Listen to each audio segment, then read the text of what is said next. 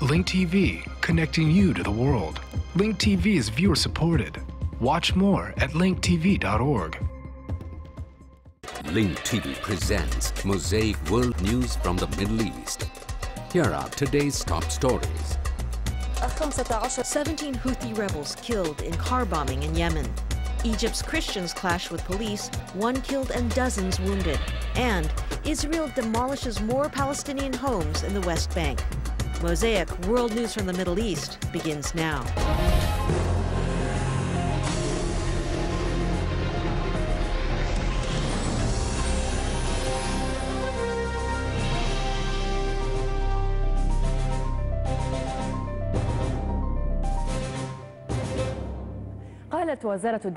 The Egyptian Interior Ministry said 1 person was killed and dozens were injured in clashes between Christian demonstrators and security forces in Giza's Haram neighborhood, located near Cairo. Our correspondent in Giza, Samir Omar, reports on the clashes between the demonstrators and the security forces. The crisis was ignited here. A building permit was granted for a church's administrative building. However, its officials nearly transformed it into a church. Local authorities prevented the construction, and after all attempts to contain the dispute failed, anger among young Christians rose. In turn, security forces intervened to solve the issue to prevent its further escalation. However, it did not prevent those angry with the decision from taking to the streets and for the security forces to respond with force to disperse the demonstrators. Starting from the church's yard and reaching the building of the Giza governorate, young Christians expressed their anger. I spoke to one person and asked him, "Why are you doing this?" He said there is no animosity between us and the Muslims, and that the only animosity is toward the government. Security forces were injured in the demonstration, including the deputy director of security, the commander of Giza's Central Security, 5 officers, and a number of army recruits. 1 demonstrator was killed after getting hit by a gunshot. In addition, nearly 100 demonstrators were arrested before prosecutors investigated the facts. As for the Giza governor who took on the case to solve the issue with the clergyman, he confirmed the legality of the local authorities' position. The permit was for an administrative building, 3 or 4 stories, not for a church. I sat with them and told them that we're ready to approve the construction of a church. I asked them to present a request so that we could modify the permit. I asked them not to build illegally. The situation now appears to be calm, but this doesn't mean the crisis has passed. There are still sparks under the ash. These security forces may have managed to control the masses of demonstrators for now, but there is no doubt that they alone cannot deal with this thorny issue that will take a whole package of legislation, social, and political measures to solve. Samira Omar, Al Jazeera, Giza. Joining us from Cairo is our Al Jazeera correspondent Dina Samak. Dina, please brief us on the latest updates about these clashes. What degree have they reached? Has the situation been contained? The situation is currently calm both in the church and around it. Besides the calm, there is also anticipation for what could happen over the next several hours or even days, especially when we're waiting for the funeral of the young Coptic man who was shot today by a policeman who opened fire during the confrontations.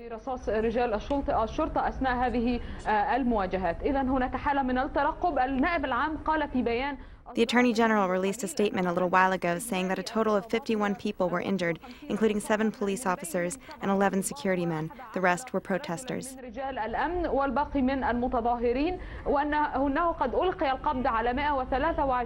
He said that 123 protesters were arrested and are currently being investigated.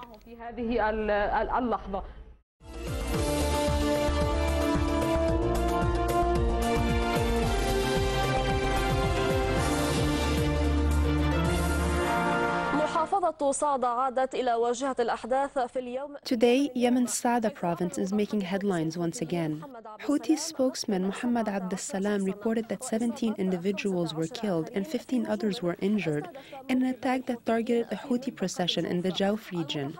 The spokesman indicated that a booby-trapped vehicle was used in the attack while the procession was en route to celebrate Eid al-Ghadir, north of Sada province. For his part, a senior tribe leader in Jawf confirmed that it was a suicide attack in which an SUV was booby-trapped. He accused Al-Qaeda of being behind the attack.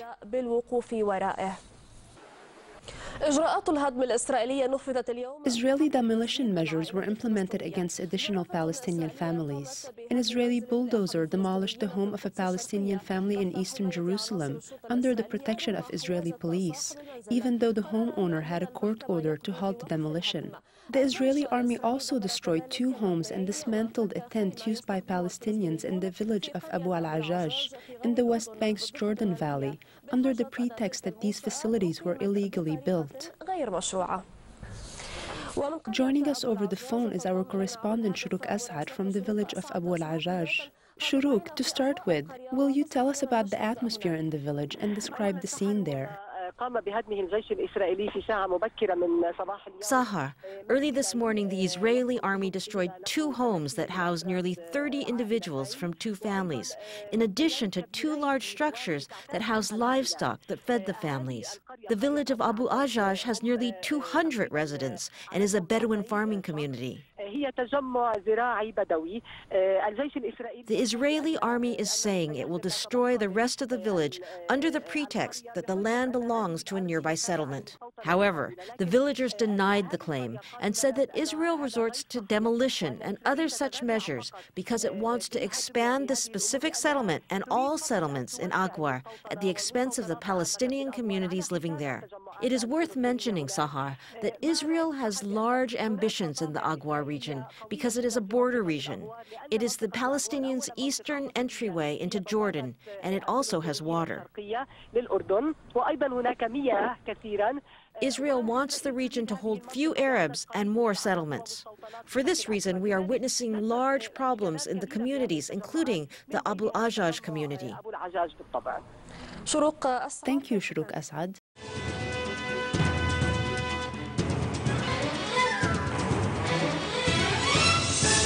The Israeli occupation authorities passed a referendum law that impedes any step towards ending the occupation of Arab land. This is a new crime, violating international law and UN resolutions. This Israeli move is new evidence that the occupation is continuing its policy of expansion and aggression without acknowledging the reality that the Golan Heights, Jerusalem, and other areas are occupied Arab lands. This is non-negotiable.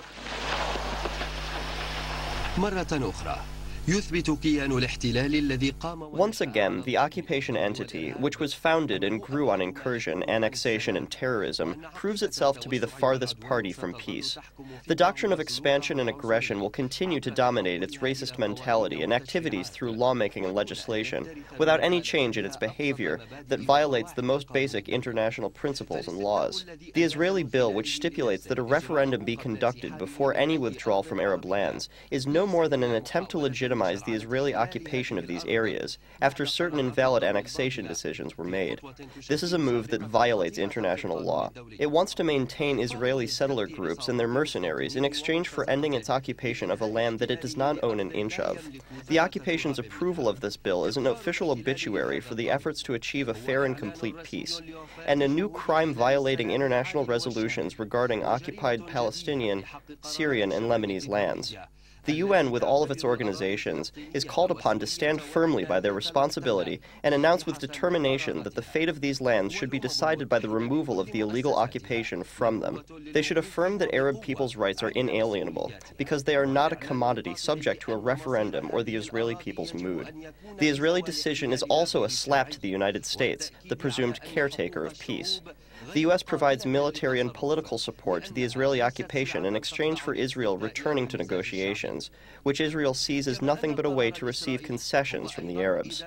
This is also evidence that the option to negotiate with a side that appears to be busy making racist laws and creating obstacles in the peace process is not applicable. The Knesset's latest decision does not give it rights or legitimacy for implementing the law, because the Golan Heights and Jerusalem are occupied regions where the international human rights laws apply.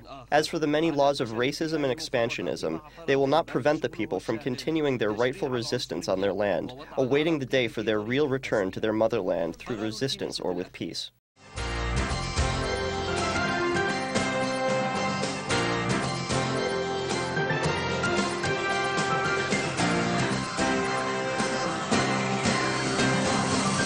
According to a new paper officially released by the Palestinian Authority, the Western Wall is Muslim property, and Jewish claims to the area have emerged only in recent times. The report, authored by a senior official at the Palestinian Ministry of Information, also claims that the Western Wall was never part of the Temple Mount. The study also cautioned that no Muslim, Arab or Palestinian, has the right to relinquish even one stone of what Muslims call the Al-Barak Wall or any other religious sites in the area.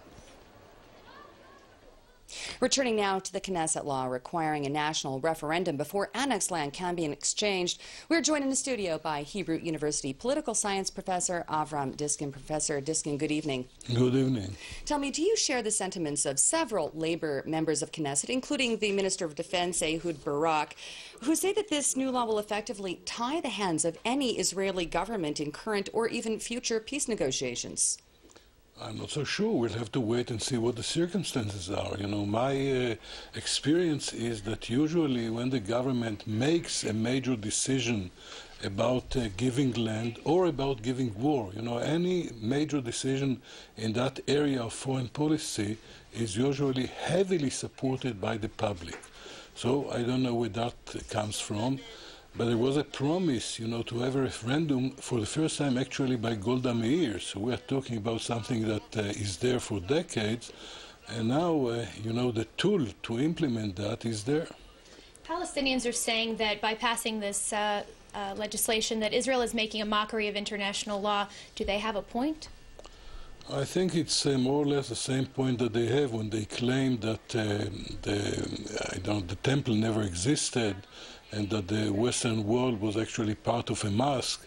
So really it has nothing to do with reality. I think that the employment, I'm not a great fan of referenda in general because of many reasons, but I think that the employment of such tools is quite common in many representative parliamentary democracies, especially when issues concerning sovereignty and the constitution are in question.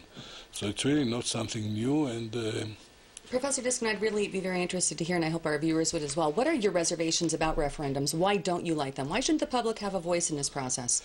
I'll tell you what, you know, usually when you use a referendum, there is a chance that the public will have short-term considerations, egocentric and particularistic considerations, etc. And because of that, it's not a mean which is very commonly used. But as you probably know, in Switzerland, I think that about 600 referenda took place so far. And, you know, the system holds quite well.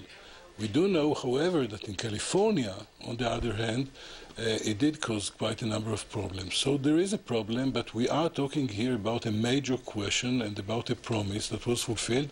And I don't consider any major problem once it is used. Professor Avram Diskin, thank you so much for joining us. Thank you. An international team of scientists has begun drilling deep below the Dead Sea in an effort to extract material that could provide an unusual look at the Earth's history over the past 500,000 years. IBA's Eli Wogelander has that story. All is quiet on the surface of the Dead Sea as waves wash up against the shore while the sun casts its rays on pillars of salt that dot the landscape. But what lies far beneath the lowest spot on Earth?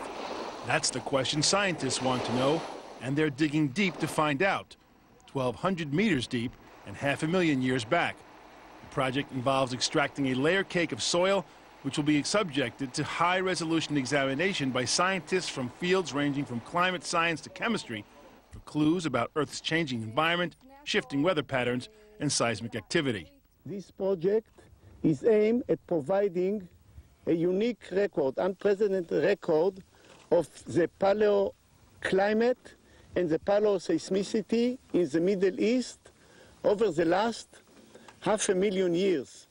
Unlike most other lakes, only one river, the Jordan, runs through the Dead Sea, and none pour out of it, meaning the sedimentary buildup over millions of years has largely remained intact. This will allow scientists to take a look at the distinctly stratified mud and sediment core that will be drilled out of the earth, then date it and determine what type of climate dominated during what period.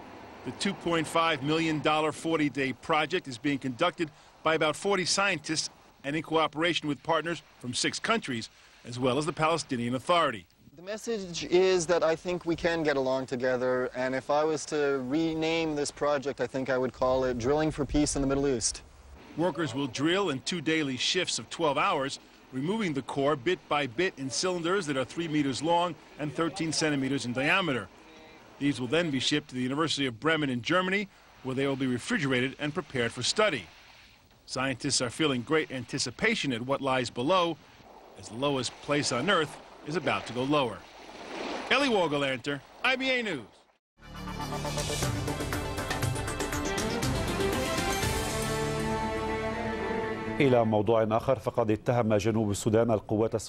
Southern Sudan accused Sudanese troops of launching airstrikes on a military base in the south in an attempt to obstruct the referendum. The referendum regarding the secession of the south is scheduled to take place this coming January. A spokesman for the Sudan People's Liberation Army said the attack was launched by a helicopter belonging to Sudanese forces, injuring 4 Southerners, including 2 civilians. He accused the Sudanese government of trying to provoke a war in order to hinder the referendum. Leaders of the Intergovernmental Authority on Development, IGAD, expressed their concern for the impossibility of fully implementing the peace deal between the Sudanese government and the SPLA. At the conclusion of the IGAD summit in Addis Ababa, the organization's officials called on both sides to transcend their differences before the scheduled referendum takes place in January. الاستعدادات لإجراء الاستفتاء على تقرير مصير جنوب السودان في يناير كانون الثاني المقبل جارية على قدم وساق. لكن المخاوف من تحديات ما بعد الاستفتاء. The preparatory work is underway for conducting the referendum in January to decide the fate of southern Sudan. But fears are still strong for what could happen after the referendum and for a last-minute political deal that the 2 sides may sign. In Addis Ababa, the Intergovernmental Authority on Development, IGAD, had a summit and at the conclusion expressed concern for the unresolved problems that are threatening to jeopardize the comprehensive peace agreement signed by the North and South Sudan in Naivasha, Kenya in 2005. IGAD called for establishing what it describes as a soft border and a good and peaceful relationship if the Southerners choose secession from the North. The Ethiopian Prime Minister, who hosted the IGAD summit, warned of what he referred to as unpredictable, terrible ramifications, threatening not only Sudan or East Africa, but the whole African continent if Sudan goes to war again after the referendum. On the sidelines of the IGAD summit, the Sudanese President Omar al-Bashir met with Southern Sudanese leader Salva Kiir in the presence of the Ethiopian Prime Minister Meles Zenawi. According to Zenawi, this meeting did not discuss the disputes over the oil-rich and IBA region, but worked to create the appropriate environment for this referendum to occur. Ethiopian Foreign Minister Haile Mariam Desalegn said that the pending disputed issues such as IBA, border demarcation, and citizenship are being put into 2 categories, one that is possible to be solved before the referendum and the other that is put off until after the referendum. For its part, the International Crisis Group warned the Khartoum government and southern leaders of what it called betting for a last-minute political agreement before the referendum. It said that the failure of negotiations on such an agreement may throw the region into chaos and instability again. The group said that political relations between the North and South are characterized by risky policies, which may cause them to lose patience and hope to gain benefits at the last minute. The group warns that this is a gamble that could lead the country to undesirable consequences, affirming that an agreement signed without seriousness and goodwill cannot gain guaranteed respect. If the South chooses secession, then its fate will not be determined until 6 months after the referendum, which is the transitional period stipulated by the comprehensive Naivasha peace agreement between North and South Sudan. Until then, the future of Sudan as a whole remains open to multiple possibilities. Anwar Al-Ansi, BBC.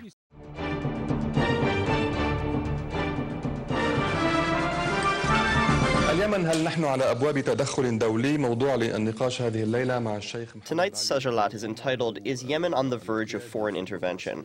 We will discuss this topic with Sheikh Mohammed Ali Abu Luhum, a member of Yemen's ruling General People's Congress. On the subject of internal Yemeni affairs, there are ongoing discussions about the elections and whether to hold them, and about the dialogue and whether it should be held. I was in Yemen, of course, and had a number of interviews with various Yemeni figures, some close to the government and some part of the opposition. First, what is strange is that the opposition's presence is felt strongly. And second, it remains unclear who wants to hold the dialogue and who rejects it. Is Yemen headed towards elections? And are they necessary right now for change? Also, are the elections capable of bringing about change as long as the opposition considers them a sham?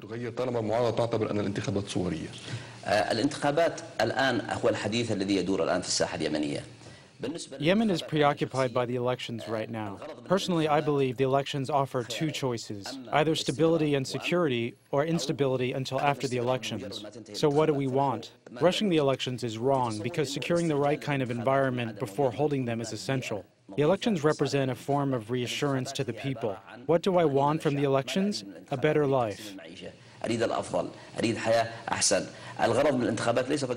The purpose of an election is not to stand in queues and drop a ballot in a box. An election is not a celebration that takes place every 4 or 5 years. We should get the country ready in the right and sound way. I don't believe it would be a problem if the elections were postponed for a year or two, as long as there's an honest national dialogue that does not exclude anyone. A dialogue that includes the opposition inside and outside the country, our brothers in Saada or our southern brothers. It should be a national comprehensive dialogue that includes everyone so we can have a positive outcome. What is the mechanism of the dialogue right now? Who participates or is a recognized participant in this stalled dialogue? The dialogue is open to everyone. However, the mechanism is where the conflict lies. But seeing that I'm not a member of the dialogue committee, I am not aware of that mechanism. In my conversations with the opposition and the loyalists in Yemen, it seems that some consider the dialogue to be the opposition's way of securing its success in the elections, while the loyalists want it to ensure they maintain power. So where's the turning point?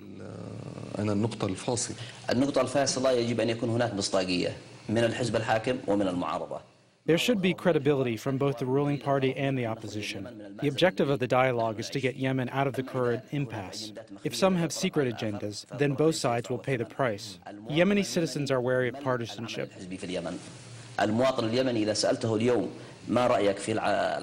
If you were to ask the Yemeni citizen today their opinions on partisanship, their response would be much more negative than expected. Arab societies, not just in Yemen, are wary of election celebrations and certain parties constantly winning. People want tangible results.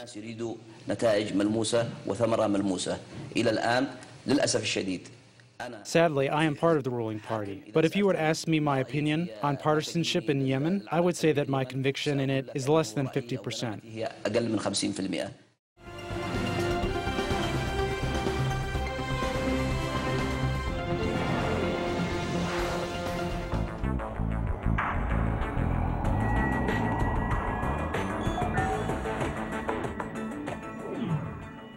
The latest IAEA report on Iran's nuclear program, like the previous one, says the agency continues to verify the non-diversion of declared nuclear material in Iran.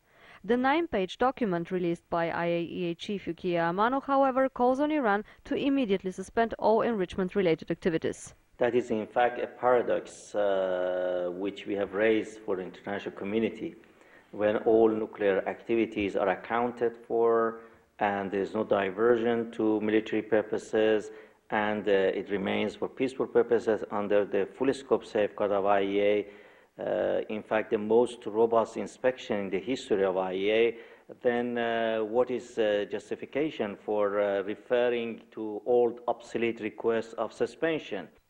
The document also calls on Iran to sign the additional protocol to the Nuclear Non-Proliferation Treaty, saying only after this the agency will be capable of performing full verification of the country's nuclear program. Iran has rejected this, stressing that the agency has been performing the most thorough inspections of its nuclear facilities during the last 5 years.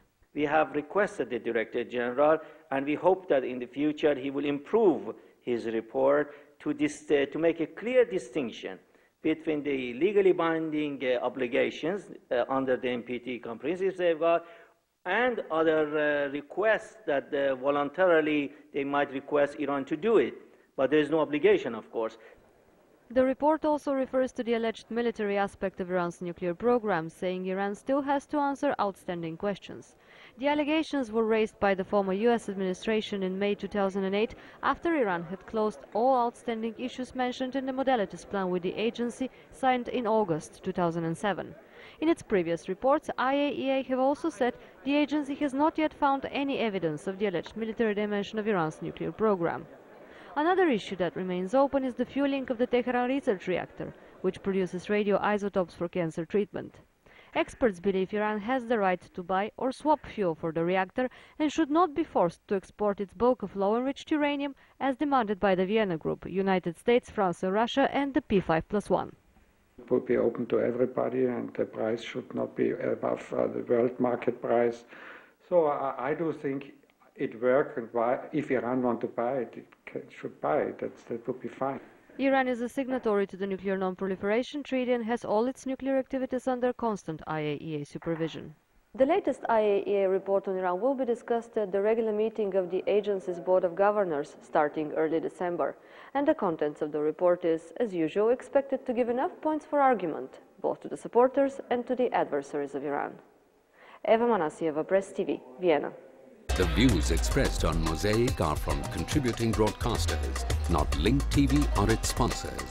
The production of Mosaic is made possible from support of viewers like you. Thank you. Watch Mosaic World News online. Stay up to date with breaking news. Read our blog. Get transcripts of past shows and more at linktv.org/mosaic.